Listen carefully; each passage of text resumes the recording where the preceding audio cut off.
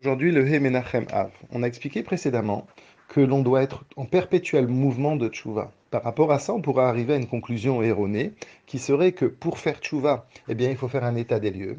Et donc, prendre conscience de toute la vérote que l'on a fait, et donc les ressasser, etc., etc., arriver à une situation d'amertume et faire un judaïsme qui est complètement bourré de regrets. Par rapport à ça, le Hadmorazaken nous dit pas du tout, aucun rapport. Quand on dit qu'on doit être en perpétuel mouvement de tchouva, on ne parle pas du premier niveau de tchouva, comme on l'a expliqué, premier niveau de tchouva, la petite tchouva qui, justement, elle, est une prise de conscience. Mais une fois qu'on a eu cette prise de conscience, il faut passer, il faut avancer à la deuxième tchouva. C'est quoi la deuxième tchouva? Tchouva ilaha, c'est avoir, une fois qu'on a assaini la relation avec Akadosh Baruch Hu, ben maintenant on vit notre relation et au contraire, Bessimcha, en étant joyeux chaque seconde qu'Akadosh Baruch Hu nous donne sur terre, on est joyeux justement d'être là.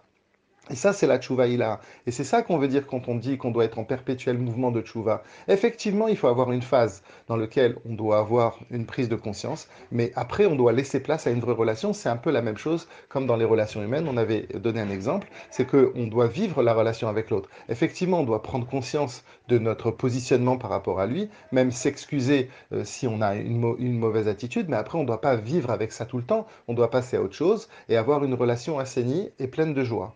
Et donc, par rapport à ça, le Admorazaken, il nous dit justement, mais comment comprendre ça? Puisque David Ameller lui-même, il a dit, Vechatati negedi tamid, et mes fautes, elles sont en permanence devant moi. Donc, apparemment, on voit bien que David Ameller cautionnerait cette idée d'avoir un judaïsme plein d'amertume. Et le Admorazaken, il répond pas du tout, on n'a pas compris ce que David Ameller veut dire.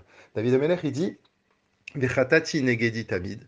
Et les fautes, elles sont devant moi. Ça ne veut pas dire qu'elles sont tout le temps devant lui. Negedi, c'est une distance. Ça veut dire que je n'oublie pas les fautes. Je sais d'où je viens. C'est pas la même chose que de se rappeler et d'être toujours dans un regret. Ça veut dire savoir d'où on vient. À quoi ça nous aide? Eh bien, ça nous aide justement à pouvoir avoir un regard sur les autres et même sur nous-mêmes complètement différent. Quand l'on sait que l'on a fait tel avéra ou tel avéra et que l'on n'a pas oublié, eh bien à ce moment-là, on va avoir un jugement par rapport aux autres qui va être bienveillant. La majeure partie des gens, ils oublient, et c'est pour ça qu'ils se permettent justement de juger les uns et les autres par rapport à des situations. Eux-mêmes, ils se rappellent pas que dans cette même situation, ils ont fait peut-être la même chose et des fois même pire. Et c'est ça que l'Admorazaken veut dire. Il veut dire, n'oublie pas, c'est pas soit dans une situation de regret, mais n'oublie pas d'où tu viens. Ça va t'aider pour avoir un jugement, comme on vient de le dire, bienveillant par rapport aux autres. Et ça va être aussi une autre arme par rapport à toi pour être Bessimcha. Comment?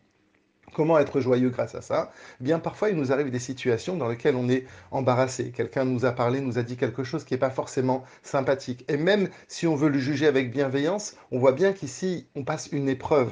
Il y a des fois, quand on vit des situations qui sont très difficiles.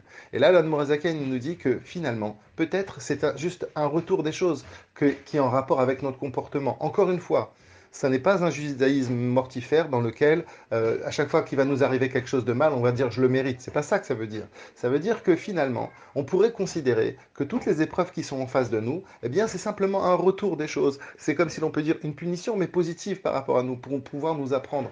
Être capable de punir pour Akadosh Baruch Hu, c'est pas faire du mal, c'est de se renforcer, puisque le mot nes, qui veut dire une épreuve, veut dire aussi une élévation. Et donc c'est ça que l'Admorazaken veut dire. À partir du moment, Vechatati negedi tamid, à partir du moment où les fautes ne sont pas oubliées, elles sont toujours présentes dans le sens où je ne commence pas à devenir hautain, je reste une personne humble et je sais que tout peut être possible. À ce moment-là, justement, je vais voir la vie différemment. Je vais considérer que chaque chose qui m'atteint n'est pas forcément négative pour me faire du mal, c'est peut-être une chose qu'Akadash Baruch Hu a amenée devant moi pour me renforcer.